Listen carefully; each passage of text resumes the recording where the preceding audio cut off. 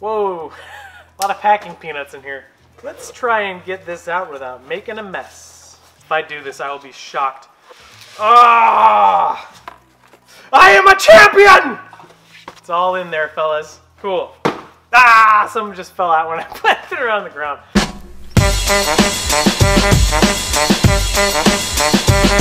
Hey!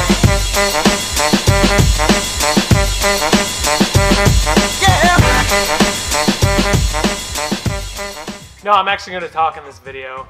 I don't know if you guys saw the last video, but if you didn't, it's a $575 Soul Supremacy beater box in which I did not say a word. Thanks for coming back. If you've been here before, if you haven't been here before, whoops. There's my info.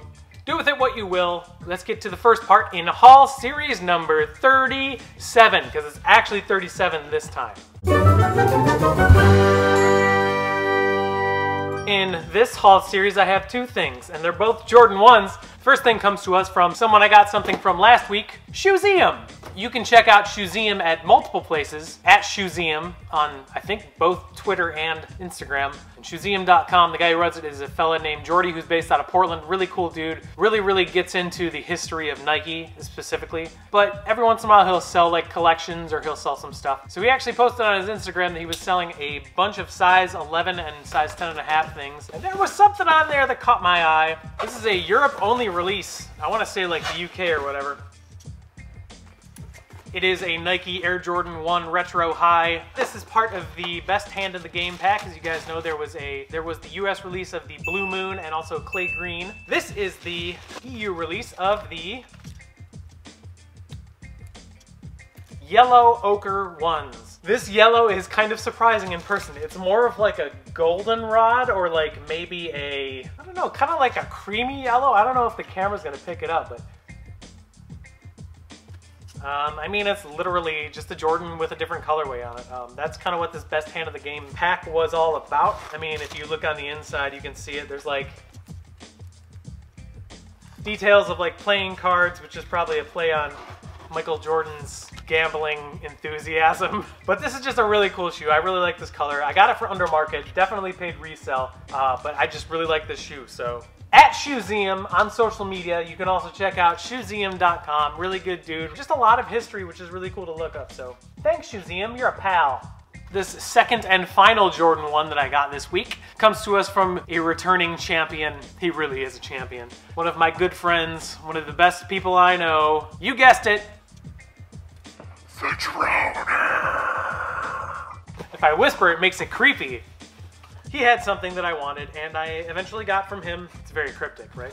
But anyways, this is also a Jordan 1. This is my size. I do know he purchased this from SoulSteals.com. Pretty excited about these.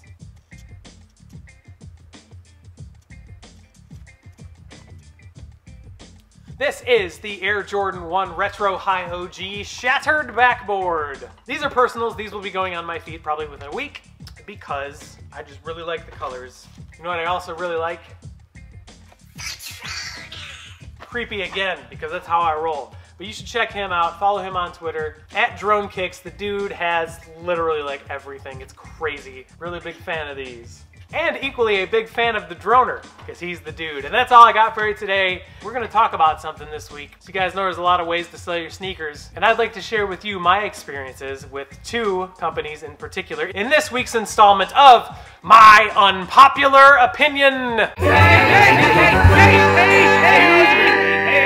So I'm sure most of you know that there's like tons of selling platforms that you can use to sell your sneakers, whether they're new or worn. I mean, there's Kixify, eBay, Railed, Stockx, Goat, Flight Club, Stadium Goods, local consignment shops, Soul Supremacy, like a bunch of places you can sell your shoes. There's basically two big hitters in the industry right now, and those would be the Goat app and Stockx. Whenever anyone asks me what I prefer, this is just my opinion, because that's what this segment's all about.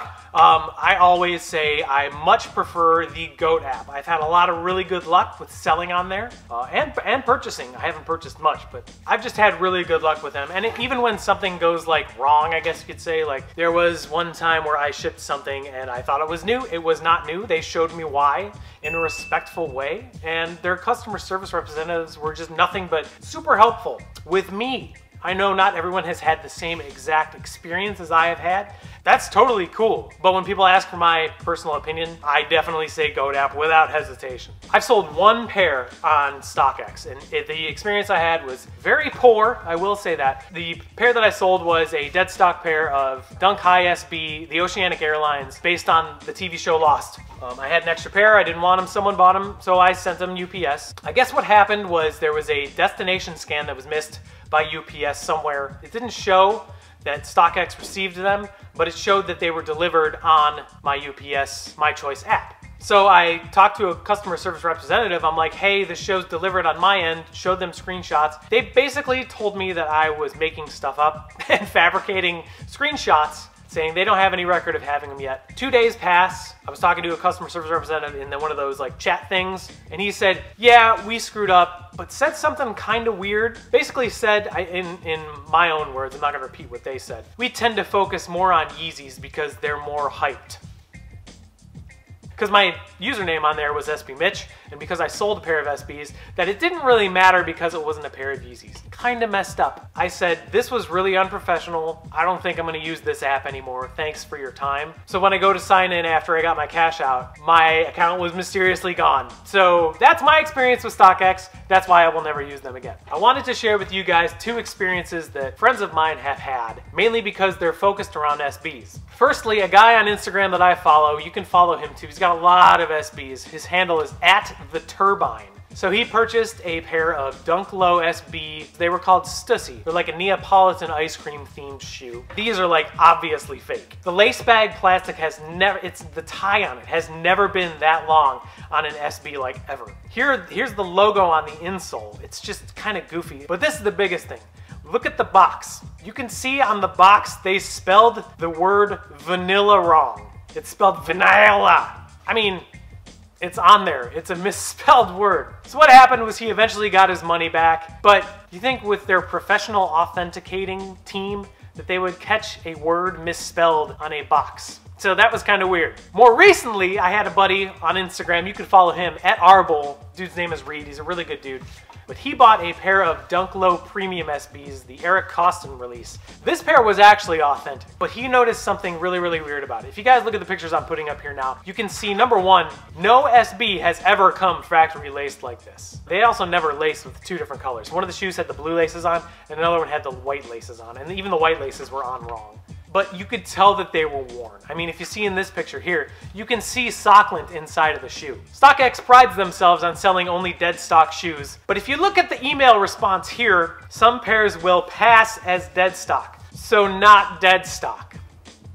That there is called a loophole, which is something that businesses use when they don't have integrity. But then again, this is a Dan Gilbert business.